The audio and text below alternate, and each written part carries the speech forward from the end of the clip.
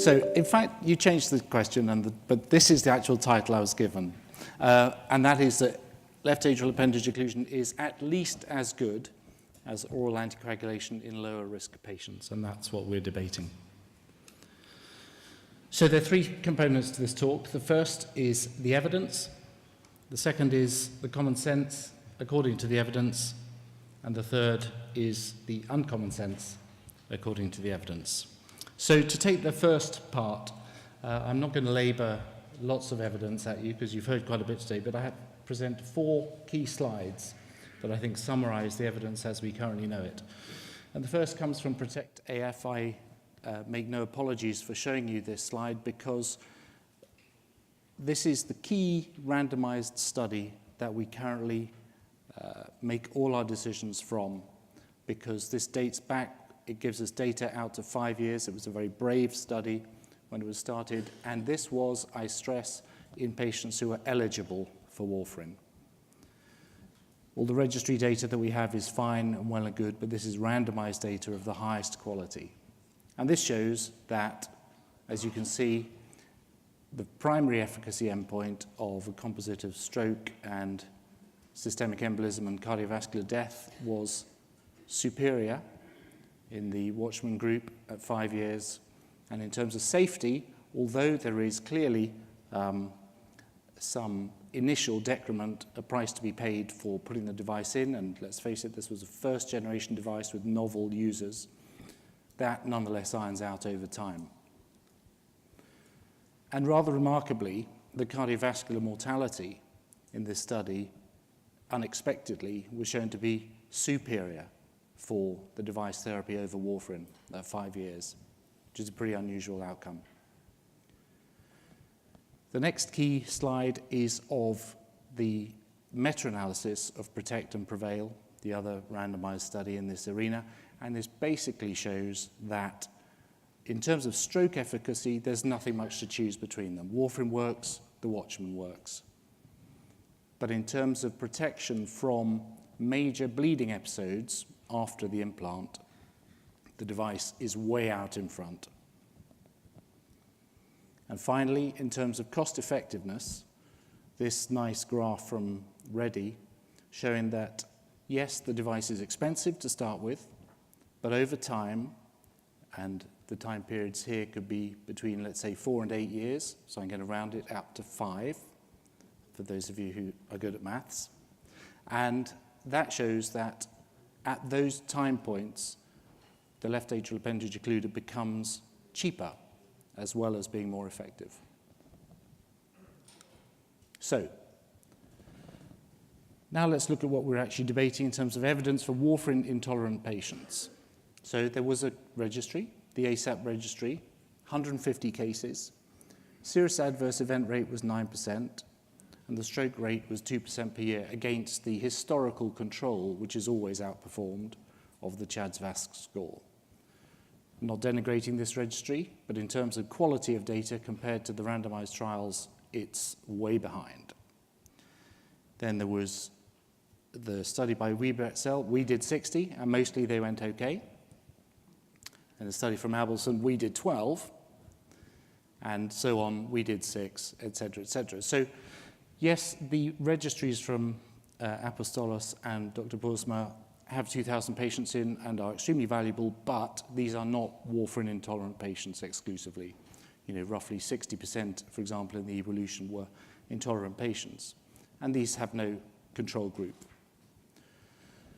So the evidence base is poor for those who are intolerant of warfarin, but it's very good amongst those who can tolerate anticoagulation. LAAO is equivalent in terms of safety, it's superior in terms of efficacy, it reduces major bleeding episodes, it surprisingly offers cardiovascular mortality advantage, and it's cost effective. What more could you want?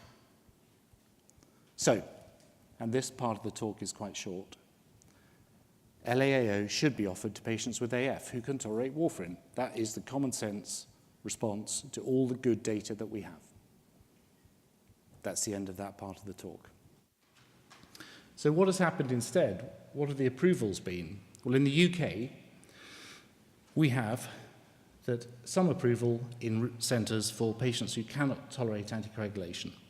And NICE wants to collect some UK-specific data because, as Rada told me yesterday, the left atrial appendage in the UK is different. For a start, it speaks a different language. In France, it's for patients who can't tolerate anticoagulation. In Spain, it's for patients who can't tolerate warfarin. In the US, rather brilliantly, it's for patients who can take warfarin for a bit, but not for very long. Whatever that means. And I could go on. Let's compare this with what we do for approvals for other therapies. So for stents, the evidence is for patients who have coronary artery disease and an ischemic burden. So do we approve them for patients who have coronary artery disease but no evidence of ischemia? No. That's a way for going to jail. For PFO, the evidence is for patients who've had a stroke without apparent other cause. So are they approved? Is PFO closure approved for patients who have a stroke likely to be due to AF? No. That's a way to get yourself in trouble with your hospital. And for TAVI, the evidence is for patients at high or inoperable surgical risk. So is it approved for patients at low surgical risk for AVR? No. That's only in Germany. So what is all of this about? And it'll come as no surprise to you that, in fact, this is all about the money. But hang on a second. If we've shown that this is a cost-effective therapy, why is the money an issue? If it's efficacious and it's cost-effective, why is the money a problem? And the money is a problem because of the timing of the cost. The device costs all that money up front, whereas the pharmacology costs incrementally money over years. This is the big problem, that big wedge of money right at the outset that has to be forked out. And just a suggestion to the companies, what about a hire purchase agreement? How about mortgaging the left atrial appendage to us? I mean, obviously, default on the mortgage would be problematic, but you could spread the cost. Just a suggestion. And of course, the timing of the cost is a big problem because the governments are having to pay up front for all this, and they don't want to pay for all that just before they've got to get re-elected. Why would they do that and let another government take the benefit? You have to feel sorry for them to a certain extent, though. Here's our ability to do versus our ability to pay. You know, in the 1980s, when you had a heart attack, you were given an aspirin, if you were lucky, and you had a starvation diet. That was the classic treatment. In the 1980s, if you had atrial fibrillation, you're just old. There wasn't any particular treatments. But now, it's quite different. You could take a standard 85-year-old man with AF and warfarin intolerance. He could have an ablation. I know it's crazy, but it does happen. That costs a bit. And then, of course, when the ablation didn't work, he could have a left atrial appendage occluder. That costs a bit.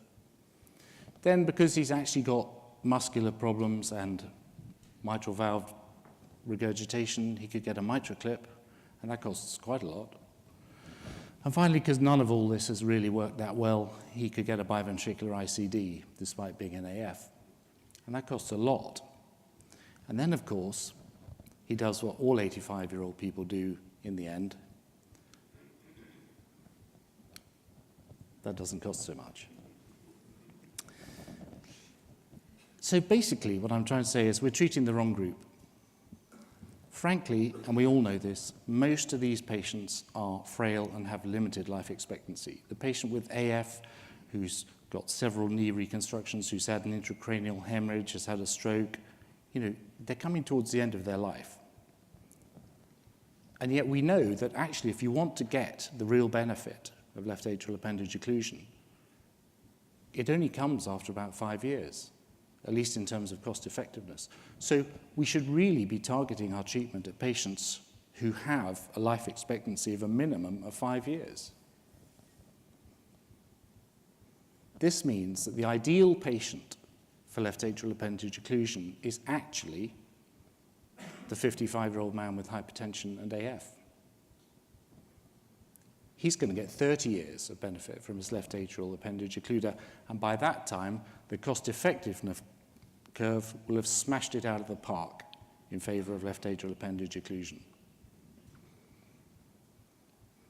So in conclusion, the evidence for left atrial appendage occlusion comes from patients who are suitable for warfarin. That's where it all accrued.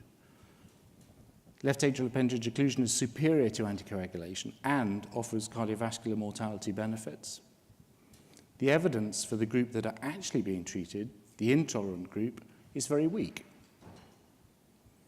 And the only rationale for restriction of appendage occlusion to warfarin-intolerant patients is actually financial. And yet, that financial argument only holds true in the short term. The cost effectiveness becomes real and tangible after 5 years, and therefore the patients selected should have a life expectancy of more than 5 years. These are in fact the low-risk patients, and quod erat demonstrandum, left atrial appendage occlusion is at least as good as oral anticoagulation in low-risk patients. Thank you very much.